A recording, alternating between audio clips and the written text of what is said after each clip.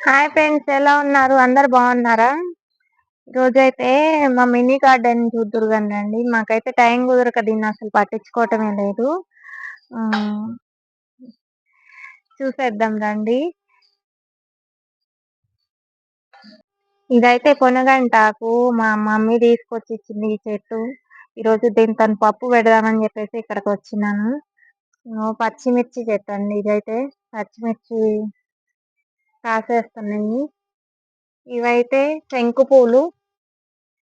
శివునికి ఇష్టమైన పూలు. ఈరోజు కార్తీక సోమవారం గుడికి తీసుకుపోదామని ఈ పూలన్నీ కోద్దామని వచ్చినాయి. కనకాంబరం చెట్లు, దానిమ్మ మొక్క ఇగో బాగా ఇరగబూసినాయండి. కింద రాలిపోతున్నాయి ఈ పూలు. నేనైతే కోయటమే లేదు, కోసే టైం లేక. చూడండి, ఇదైతే తులసమ్మ అండి. గులాబీ మొక్క చూడండి, మల్లెపూలు కూడా పూసినాయి. ఈరోజు శివయ్యకి పెట్టాలి. కనకాంబరాలు అయితే మంచిగా పూసినాయి. ఇంకా కొన్ని చెట్లు పట్టించుకోక సరిగ్గా చనిపోయినాయండి. పూలైతే బాగా పూస్తున్నాయి. ఇదే మా మినీ గార్డెన్. ఈ పూలు ఆకుకూర కోసిన తర్వాత ఇంకెంత అయితే వస్తుందో మీకు తప్పకుండా చూపిస్తాను. మీ ఇంట్లో కూడా మినీ గార్డెన్ ఉందో లేదో కామెంట్ చేద్దురు కానీ. ఇక్కడెక్కడో దాక్కున్నాయి టమాటాలు చూడండి. ఇది చూపించటం మర్చిపోయాను.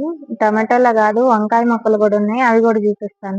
ఈ వంకాయ మొక్క కూడా మందేనండి. నిన్ననే హేమశ్రీ ఈ వంకాయలు కోసింది. ఉన్నది ఇంతైనా కానీ చెట్టు నిండా పిందెలు బాగుంటాయి. ఇదిగోండి, ఇవైతే వైట్ వంకాయలు, గుత్తి వంకాయలు. ఇవి కూడా పూతకు వచ్చినాయి.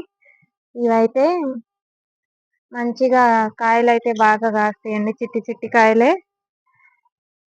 చూడండి, ఇన్ని అయినాయి. నిన్న హేమశ్రీ కోసింది.